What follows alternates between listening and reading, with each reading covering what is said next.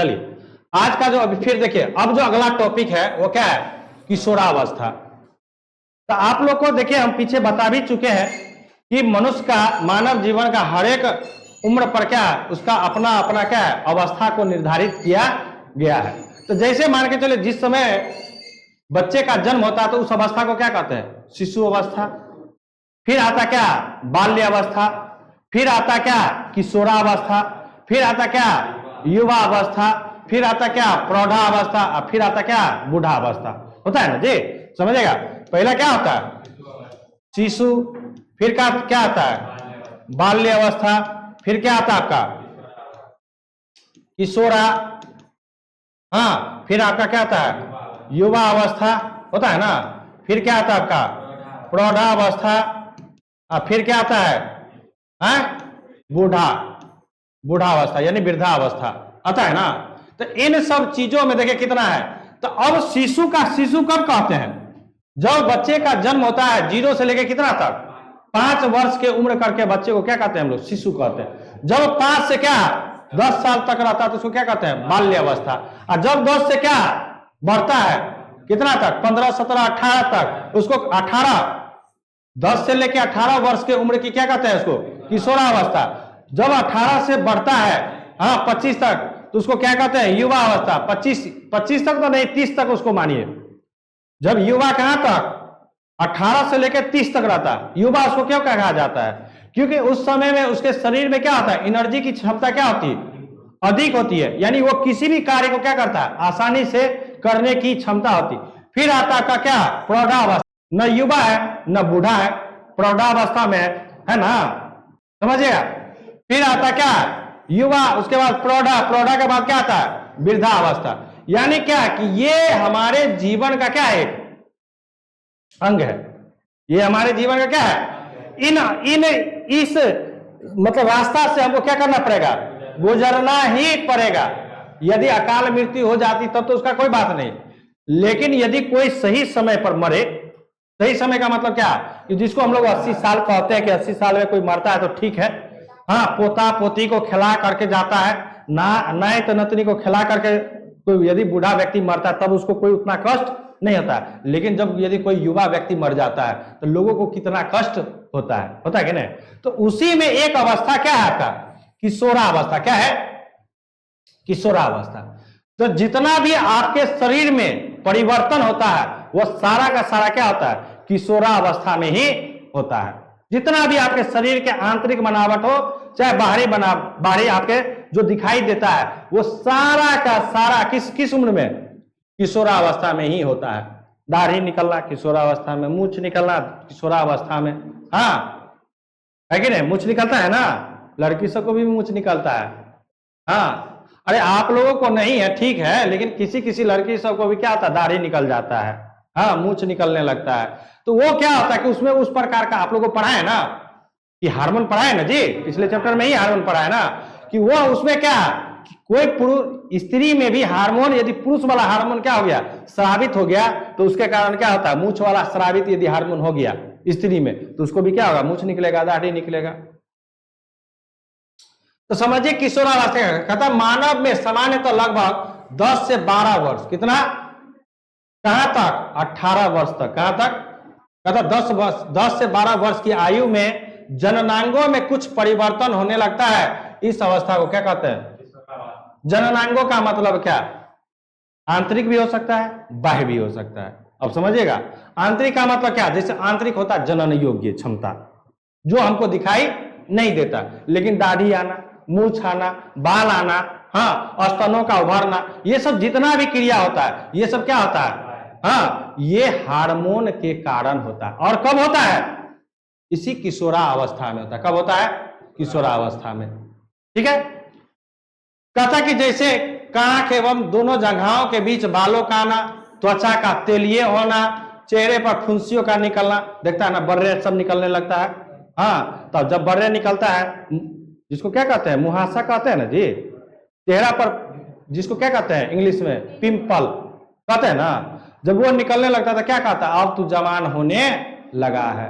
हाँ, कहता है ना कि अब तू बड़ा हो गया है, कहता है कि नहीं, ऐसा सामान्य भाषा में बोला जाता है कि नहीं बोला जाता है। कहता कि चेहरे पर फुंसियों का निकलना, लड़का और लड़की का क्या एक दूसरे के प्रति क्या आकर्षण होना, इसी उम्र में होता है। किस उम्र में? किशोरा अवस्था में। क्यों? क्योंकि उस समय क्या होता है कि एकाएक आपको क्या होता है, हार्मोन क्या होता है, स्रावित हुआ रहता है। तो जब आपके शरीर में एकाएक हार्मोन क्या होगा, स्रावित होगा, तो उस चीज के प्रति आपकी उत्तेजना क्या होगी, अधिक रहेगी। ठीक है ना? और जैसे जैसे उम्र बीतते जाता है वैसे वैसे वो उत्तेजनाएं क्या होती जाती है, घटती जाती है। ठीक है ना? तो इसलिए इस उम्र में ही क्या होता है कि जितने भी आंतरिक हो चाहे वो बाह्य रूप में हो, बाह्य रूप का मतलब क्या, जो आपको बाहर से ही स्पष्ट रूप से दिखाई देता है, और उसी के आधार पर ना बच्चा यदि कोई है तो हम पता कर पाते हैं कि लड़का है कि लड़की है। यदि उसका झोंटा काट के रखा जाए, हाँ, तो पता कर पाएंगे कि लड़की है कि लड़का है। मतलब झोंटा का मतलब समझते हैं ना, बाल को उसको लड़का के कटिंग की तरह यदि रखा जाए तो कोई अंतर कर पाएगा कि लड़का है कि लड़की है। लेकिन जैसे जैसे उम्र जब बढ़ते जाता है, हाँ, तो स्पष्ट रूप से उसके शरीर की बनावट के आधार पर भी हम कह सकते हैं कि ये लड़का है और ये लड़की है। क्लियर है? कोई दिक्कत नहीं है इसमें। तो ये किस अवस्था में होता है? ये किशोरा अवस्था में ही होता है। अब है आपका क्या, प्यूबर्टी। क्या आपका कहता है किशोरा अवस्था में होने वाले परिवर्तन की अवस्था क्या कहता है, यौनारंभ या प्यूबर्टी कहलाता है। कहता है कि आपके जो किशोरा अवस्था में होने वाले परिवर्तन की जो अवस्था है उसको क्या कहते हैं, यौनारंभ या प्यूबर्टी कहते हैं। कहता इस समय में होने वाले सभी परिवर्तन अंतःस्रावी ग्रंथियों द्वारा स्रावित हार्मोन के कारण होता है। कहता है कि ये जितना भी आपके शरीर में जो भी परिवर्तन होता है या बदलाव होता है वह सारा का सारा किसके कारण होता है, हमारे शरीर के जो अंदर अंतःस्रावी ग्रंथियां हैं उस अंतःस्रावी ग्रंथियों से स्रावित हार्मोन के कारण। क्लियर है? डॉट है इसमें? नहीं ना? याद है ना? याद हो जाएगा ना? है? याद हो जाएगा ना? कोई दिक्कत नहीं ना? चलिए आगे कहता है कि मनुष्य का क्या निषेचन।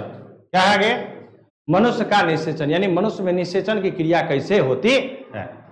कहता कि नर युग्मक शुक्राणु तथा मादा युग्मक अंडाणु का क्या करता है, संयोजन या संयुग्मन ही क्या कहलाता है, निषेचन कहलाता है। अब इसका कहने का मतलब क्या कि जब नर यानी पुरुष और जब मादा का मतलब क्या, स्त्री, जब आपस में क्या संभोग की क्रिया करती है। किसका क्रिया करती है? संभोग की क्रिया करती है। तो उस समय में नर का जो शुक्राणु किसके साथ, मादा के अंडाणु के साथ क्या करता है, संयोजन होता है। संयोजन का मतलब क्या, मिलता है, जुटता है आपस में। यही क्रिया क्या कहलाता है, निषेचन कहलाता है। कहता है कि अर्थात जब नर और मादा संभोग करता है तो नर वीर्य को मादा की योनि में स्खलित करता है। स्खलित का मतलब क्या, गिराता है। तो वीर्य में स्थित क्रियाशील शुक्राणु पूंछ की गति, जैसे देखते हैं टेडपोल, आप लोगों को दिखाए भी थे कि टेडपोल समझते हैं ना, जिसको हम लोग बेंग मछली कहते हैं, उसकी कहता पूंछ की गति कितना, उसका गति देखो कितना है, यानी 1 मिनट में कितना, 100 माइक्रोन। अब समझिए माइक्रोन क्या होता है। कहता कि 100 माइक्रोन प्रति मिनट। 100 माइक्रोन का मतलब क्या है, 1 माइक्रोन कितना होता है, 10 का पावर कितना, -6।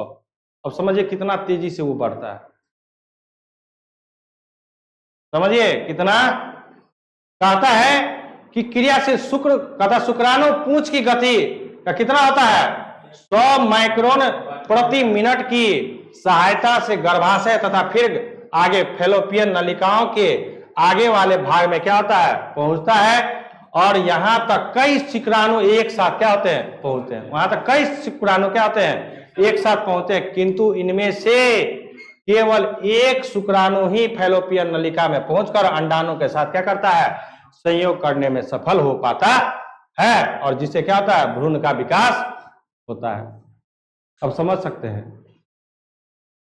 कि केवल एक, आप कहिएगा कि सर तो फिर किसी महिला को 2 बच्चा हो जाता है, किसी महिला को 3 गो बच्चा हो जाता है। हाँ, तो उसमें कैसे बच्चा होता होगा, 2 गो 3 गो, तो वहां पर 2 गो 3 गो क्या होता है, निषेचन की क्रिया में क्या होता है, भाग लेता होगा। यानी क्या, अंडाणु तो एक ही निकलता है स्त्री से, शुक्राणु ना ढेर सारा रहता है, तो वो अंडाणु क्या करता होगा, ये शुक्राणु उस अंडाणु के ढेर सारे से क्या करता होगा, फर्टिलाइजेशन में क्या करता होगा, भाग लेता होगा, यानी निषेचन की क्रिया में क्या होगा, भाग लेता होगा। जिससे हो सकता है कि 2 भ्रूण का विकास हो गया हो सकता है क्या 3 भ्रूण का विकास हो गया हो, ऐसा भी होता है ना, 3 भी बच्चा पैदा हुआ है ना, 4 महिला को पैदा हुआ है। विदेश में अभी कल का मैं न्यूज सुन रहा था कि कल जो है ना एगो यहाँ पर पूर्णिया में एक महिला को बच्चा जो जन्म हुआ है वह उसको पैर वगैरह नहीं था, वो पूंछ था, जैसे मछली का पूंछ होता है ना उस तरह से, तो उसको नाम दे दिया गया क्या, जल पड़ी। लेकिन वैसा बच्चा टिकता नहीं है, 1 घंटा के अंदर में ही क्या हो गया, एक्सपायर हो गया। 1 घंटा के अंदर में ही क्या हो गया, वो बच्चा एक्सपायर हो गया। हमारे निर्मली में भी हुआ था, हाँ, गणेश जी की तरह हो गया था बच्चा, वो बच्चा क्या टिका, तो उस तरह के बच्चा नहीं टिकते हैं, हाँ ठीक है ना, वो सब बच्चा क्या हो जाता है, तुरंत ही 1 घंटा 2 घंटा के लिए रहा, बस उसके बाद क्या हो जाती है, उनकी मृत्यु हो जाती है, समझिएगा।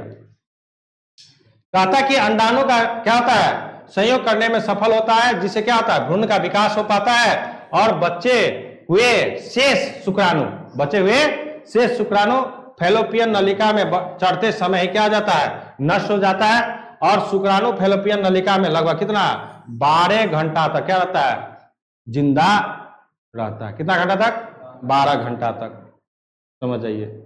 कहता है कि किसी भी स्त्री के आप जो योनि में क्या किए हैं, वीर्य को जो स्खलित किए हैं, वो कितना घंटा तक, 12 घंटा तक जिंदा रहता है। 12 घंटा के बाद क्या हो जाता है, वो स्वतः ही क्या हो जाता है, नष्ट हो जाता है। क्लियर है, यहां तक